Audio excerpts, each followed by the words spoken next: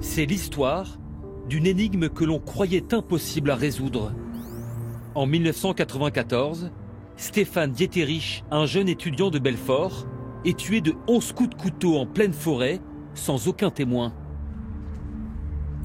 25 ans plus tard, c'est enfin l'heure de la délivrance pour son frère et sa mère. L'assassin de Stéphane a avoué. Son procès débute devant la cour d'assises à Vesoul. C'est un quart de siècle de combat, un quart de siècle. Donc comme on se sent, comme des gens qui attendent depuis un quart de siècle la vérité. Pas de vengeance et pas de haine. Simplement, on pense toujours à mon frère, que justice lui soit rendue. Voilà, tout simplement. Le tribunal est en travaux. C'est donc au parc des Expositions que se déroule l'audience la plus attendue de l'année. Dans le box des accusés, Christophe Blain, ami de jeunesse de Stéphane Dieterich, le dernier à l'avoir vu vivant. Pendant plus de 20 ans, audition après audition, le suspect a réussi à tromper les enquêteurs. À la télé, on voit toujours un meurtre et tout de suite, au bout de 40 minutes, ça y est, on a la solution. Mais là, c'était beaucoup plus long parce que la personne qui est inculpée est une personne intelligente, très manipulateur, et il a su embobiner beaucoup de gens, dont notamment les enquêteurs du tout début de l'enquête. En 2014, la police judiciaire fait appel à un service spécialisé dans les enquêtes complexes, l'OCRVP, Office central pour la répression des violences aux personnes. À la faveur d'un nouveau témoignage, et grâce aux enquêteurs de l'OCRVP, Christophe Blain finit par craquer.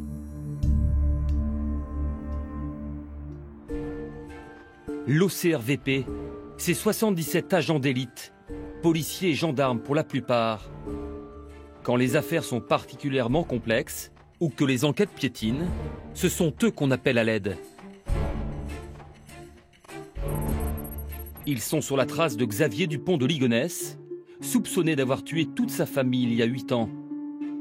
Ils tentent de comprendre ce qui est arrivé à Estelle Mouzin, disparue il y a 16 ans en Seine-et-Marne. La particularité de ces limiers, éplucher un dossier, parfois pendant des années, et résoudre les crimes les plus sensibles.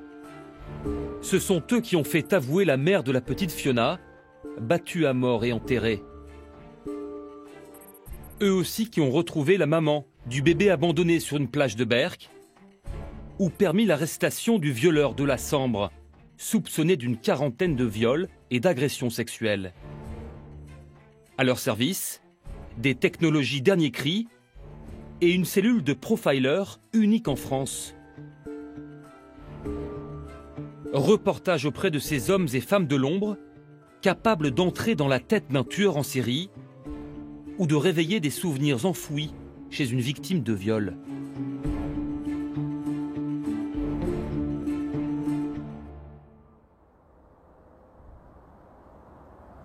Pendant plus de 20 ans, Sylvain Dieterich s'est battu pour faire la lumière sur la mort de son frère Stéphane.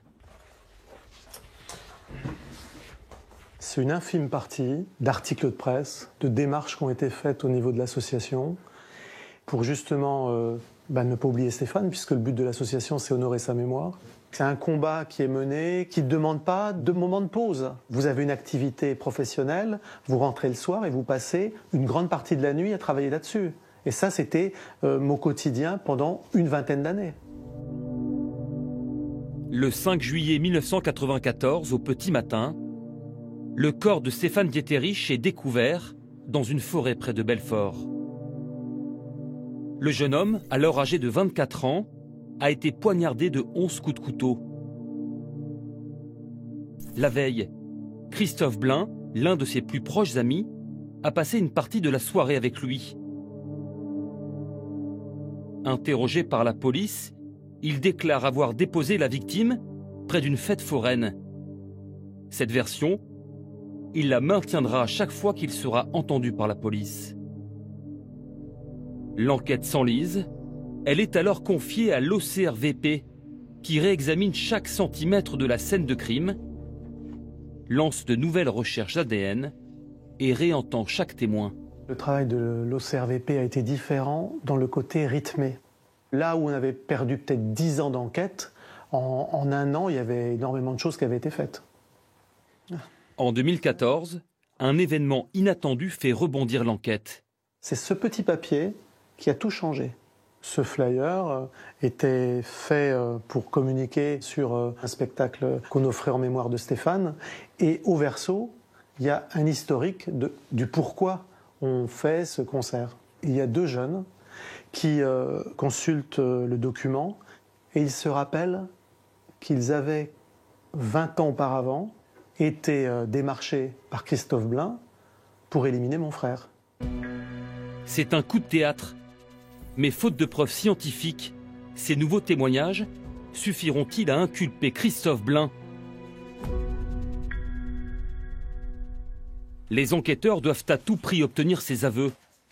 L'OCRVP dégaine alors une arme d'un nouveau genre, sa cellule de profiler. 5 psychocriminologues. C'est Florent Gatterias, le chef de la cellule, qui a préparé l'audition de Christophe Blain. Son but, analyser le profil psychologique du suspect, détecter ses faiblesses. Pour y parvenir, il s'est plongé dans des mois d'écoute téléphonique. Nous voyons que nous avons affaire à une personnalité, dans notre jargon de psy, on parle de névrosé, c'est-à-dire quelqu'un qui a des réactions de la vie quotidienne qui sont normales, qui ne posent pas problème. Il n'y a pas de blocage particulier. Il sait avoir de l'empathie par rapport aux autres et il sait se projeter dans des situations. On n'a pas affaire à un truand, à un criminel endurci. Donc quelque part, c'est du pain béni, c'est-à-dire qu'on sait qu'il réagira à nos sollicitations. Pendant plusieurs mois, le psychocriminologue peaufine l'audition de Christophe Blain avec les enquêteurs. Arrive le moment décisif, les policiers ne disposent que de 12 heures pour le faire craquer. C'est une course contre la montre. Bon, en gros, s'il répondait ceci ou cela, ça impliquait une confrontation aux preuves, aux témoignages plus rapides ou moins rapides, ou une autorité qui devait se faire ressentir de façon plus importante si jamais il y avait certains blocages à certains moments. Nous avons pu visionner les aveux de Christophe Blain. La loi nous interdit de vous montrer l'interrogatoire, alors nous l'avons dessiné. Le 15 décembre 2015, en début d'après-midi, la partie d'échecs commence. Pendant les premières heures, les enquêteurs se montrent d'abord conciliants. Ce qui s'est passé en 1994, cela fait 21 ans. Vous aviez 25 ans, vous avez changé, mûri. Tout peut s'expliquer, il faut juste essayer de comprendre les circonstances. Je pense que vos nuits doivent être très difficiles. Droit comme un i, mine renfrognée, réponse lapidaire, Christophe Blain reste imperturbable. Maintenez-vous vos déclarations de 1994? Oui. En début de soirée, les enquêteurs passent à l'attaque. Ils organisent une confrontation avec le nouveau témoin qui accuse Christophe Blain. Leur espoir, créer un électrochoc. Le fait que ce soit un témoignage extérieur nécessite un effort pour lui, pour se défendre davantage.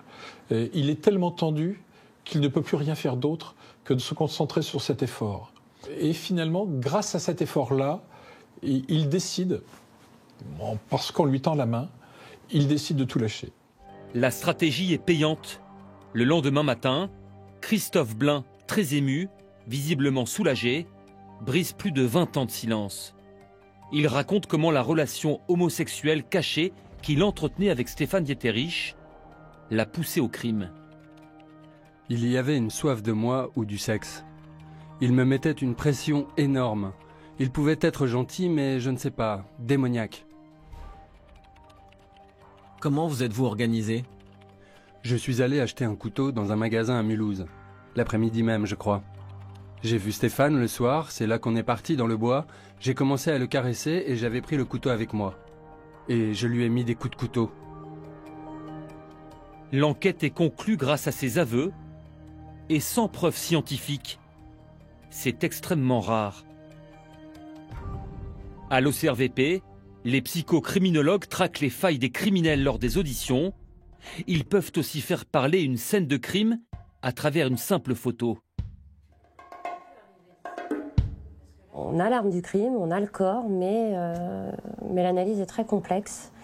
Et 10 ans après, on ne trouve toujours pas le meurtrier. Voilà des mois qu'Emma Oliveira sonde les pièces de ce dossier, le meurtre d'un adolescent. Elle a fini par remarquer un détail qui pourrait aider les enquêteurs. Le corps est retrouvé par-dessus un tapis. Et moi, ce qui m'a un peu marqué en regardant et en zoomant sur cette scène de crime, c'est qu'il y a une grosse tache qui part de dessous le tapis, mais le tapis en lui-même n'est pas imbibé de sang. Donc ça laisse la possibilité que le corps a été déplacé. Quel intérêt on aurait de mettre un tapis sous le corps de sa victime? Quel intérêt, si ce n'est qu'on y tient à minima, qu'on a une certaine culpabilité?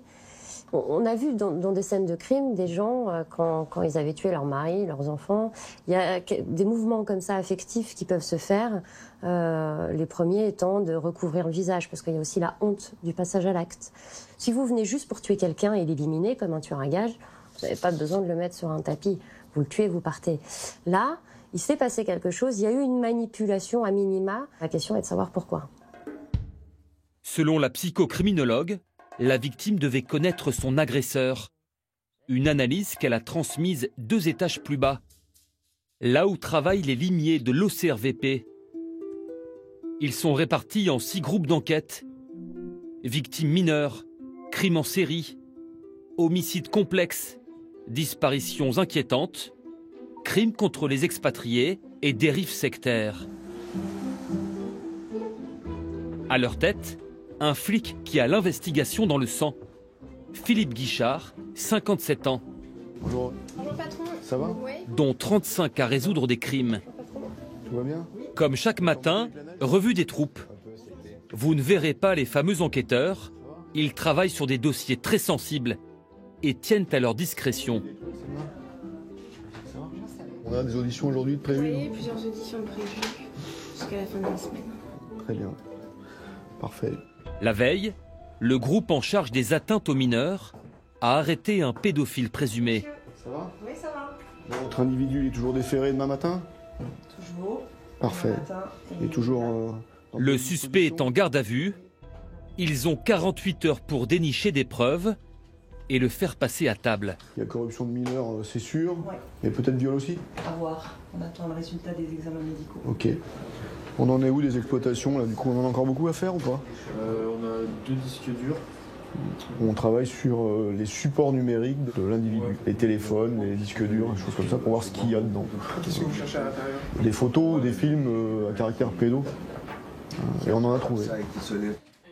À l'autre bout du couloir, les groupes d'enquête en charge des dossiers au long cours. Le plus ancien est une affaire d'homicide qui date de 1988. Voilà, ici, on arrive dans le groupe qui s'occupe des affaires d'homicide complexes. Complexe parce qu'il n'est pas solutionné rapidement finalement et que ça correspond à une vraie énigme. Des cold cases qui datent d'il y a 3 mois, 6 mois, 1 an, 2 ans. Donc on a presque une quinzaine de dossiers comme ça en portefeuille. Messieurs, dames, bonjour. Ici, on est sur le groupe qui s'occupe des faits en série. Donc meurtre en série, viol en série plus souvent. Voilà, on a un dossier qui s'appelle le Prédateur des Bois. 5 faits de viol en Charente et en région parisienne, sur lesquels on investigue lourdement. Voilà. Quand l'enquête est au point mort, les agents de l'OCRVP ont recours à un outil unique en France. Comment ça va? Il vient du Canada. Son nom, Salvac. Une base de données qui regroupe 15 000 affaires. Est-ce que tu pourrais t'occuper de faire la recherche? 11 analystes seulement sont autorisés à consulter ces écrans. Mais tu vas voir, il y a des éléments à gratter, je pense que c'est intéressant. Exceptionnellement, ils ont accepté de nous expliquer le fonctionnement du logiciel. D'abord, enregistrer chaque étape de l'enquête dans la machine. On a 156 questions à remplir. On va prendre connaissance des procès-verbaux, que ce soit la plainte, les auditions, des témoins par exemple, choses comme ça. Les éléments finalement c'est un peu le scénario de ce qui s'est passé dans l'agression. Si ça se passe dans la rue, si la victime est une femme, la description de l'agresseur, voilà ce type d'éléments qui vont être intégrés dans la base. L'analyste peut ensuite comparer les éléments entrés en machine à d'autres affaires. Exemple, Salvac est interrogé sur le viol d'une femme d'une 50aine d'années. dans un parc de la région lyonnaise, par un agresseur armé d'un couteau. Si le logiciel trouve d'autres affaires correspondant à cette recherche, les enquêteurs peuvent faire des recoupements et se lancer sur de nouvelles pistes.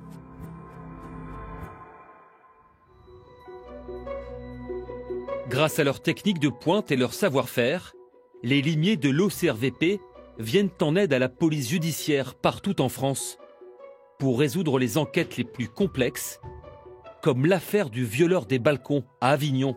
Le troisième fait, c'était dans cet appartement en haut. Été 2013, la psychose s'installe dans les quartiers résidentiels de la ville. 6 femmes sont violées ou agressées sexuellement chez elles. Le criminel reste insaisissable. Donc il faisait le tour de la résidence, il cherchait les fenêtres ouvertes et à ce moment-là, il montait pour voir si c'était une femme qui vivait seule ou pas. L'auteur a été monté par le balcon du rez-de-chaussée, après il avait gravi par la force des bras jusqu'au premier et après jusqu'au deuxième, jusqu'au domicile de la victime. Ouais. Après des semaines d'enquête sans résultat, la police judiciaire fait appel à Fabien, enquêteur de l'OCRVP. Pendant près de 18 mois, il analyse précisément le modus operandi du violeur des balcons. Il prenait soin de préparer les faits, puisqu'il est arrivé, il était porteur de gants. Il prenait certaines précautions quand il quittait les lieux, et notamment auprès des victimes, les faire se laver, les faire se doucher. Les analyses ADN ne donnent rien. L'OCRVP appelle à la rescousse la cellule de psychocriminologues.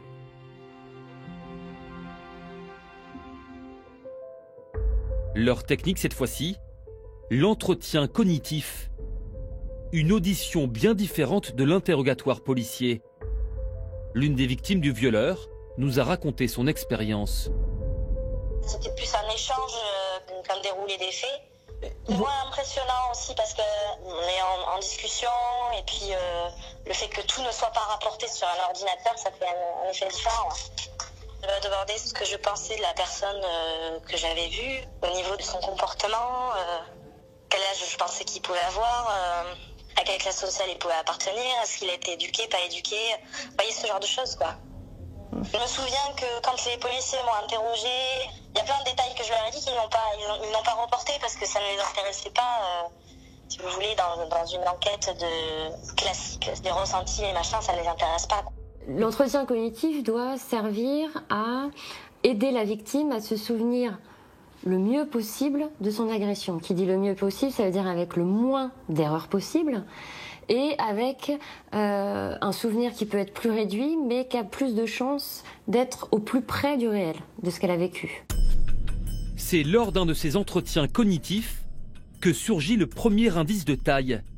Une victime voit remonter à la surface un détail décisif. Là, on est face à une victime qui joue le jeu dans cette audition. Elle nous montrait les gestes qu'elle avait faits. Elle nous dit il avait une voix grave et elle prend la voix de l'auteur en disant ouais, il m'a parlé comme ça, il m'a dit ne bouge pas. Donc il avait cette voix. Elle revivait vraiment les faits. Et donc c'est à ce moment-là qu'elle nous dit quand il s'en va, je vais vers la fenêtre et là je vois un véhicule allumer ses feux qui manœuvre, qui quitte les lieux. Son audition est quand même décisive puisque c'est la première fois qu'est évoqué ce véhicule Renault Kangoo. Un Renault Kangoo. Détail corroboré 3 mois plus tard. Le violeur est alors repéré au moment où il descend d'un balcon par un riverain.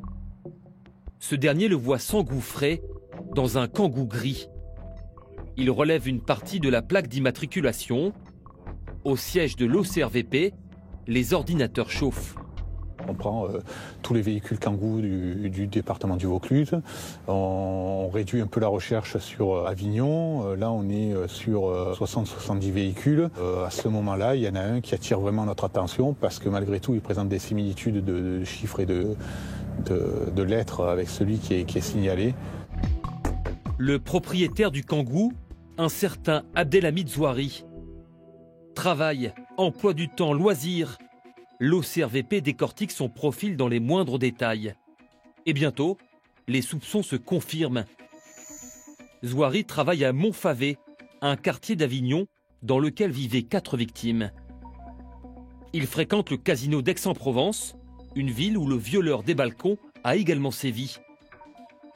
Et surprise, sa compagne a déclaré sa disparition au commissariat le 4 septembre. la nuit du 3e viol.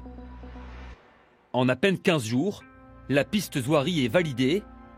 C'est la PJ d'Avignon qui se charge d'interpeller le père de famille. Nous avions repéré qu'il était rentré dans le magasin avec un de ses enfants. On a commencé à s'approcher lorsqu'on l'a vu sortir du magasin. C'est à cet endroit-là exactement qu'il a été interpellé. Il est placé immédiatement en garde à vue. Il demande combien il y a de faits. On lui dit qu'il y a déjà 8 faits. Et lui, il dit « Ah, quand même, c'est moi le violeur ». Le violeur des balcons est enfin mis hors d'état de nuire. Un succès impossible sans l'appui de l'OCRVP. Je pense qu'au niveau territorial, on n'aurait pas pu effectuer ce travail de fourmi parce que nous sommes soumis à l'actualité au niveau des vols à main armée, des meurtres qui se passent dans le Vaucluse.